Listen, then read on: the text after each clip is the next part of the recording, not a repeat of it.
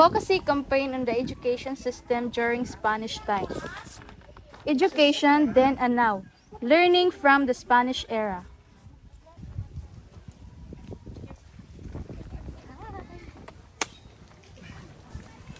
Good day, everyone. We're here to present our advocacy campaign about the education system in the Philippines during the Spanish time. Education plays an important role in shaping our nation. By looking back at the past, we can better understand how our education system developed and why it is important to improve it today. During the Spanish period, education in the Philippines was mainly controlled by Spanish friars and religious groups. Schools were mostly established by the Catholic Church. The primary goal of education during the time was to teach religion, reading, writing, and basic arithmetic.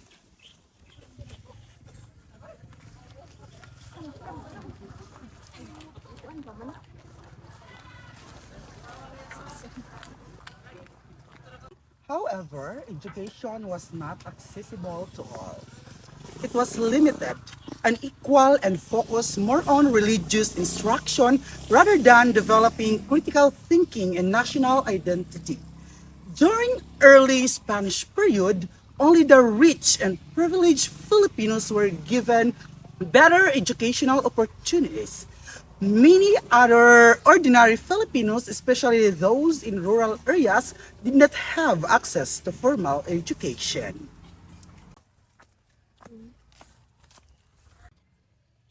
In 1863, the Spanish government passed the Educational Decree of 1863.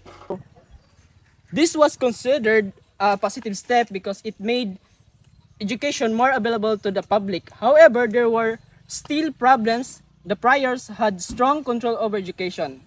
The lesson focused mainly on Catholic teachings. Students were taught to obey the Spanish authorities. Freedom of expression and nationalism were not encouraged. Higher education institutions were also established during the Spanish period. One example is the University of Santo Tomas or UST, which became one of the oldest universities in Asia. While there was a major development, access to education was still limited to elite. Despite the limitation, education during the Spanish time helped shape Filipino heroes like Dr. Rizal, who later used education as a tool to fight for freedom and reform. This shows that education has the power to create and change. Our advocacy focuses on this message. We must value Equal. And quality. education for all. From the Spanish period, we learned that education should not be limited to a few people. It should not be controlled in a way that restricts freedom of thought. Instead, education should empower students, promote critical thinking, and encourage love for country.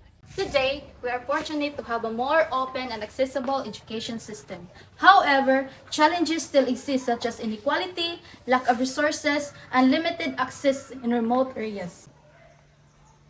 Every Filipino, whether rich or poor, and no matter where they live, should have the same chance to go to school and learn. Second, education that promotes critical thinking and nationalism. School should teach students how to think deeply, ask questions, and love and value the Philippines.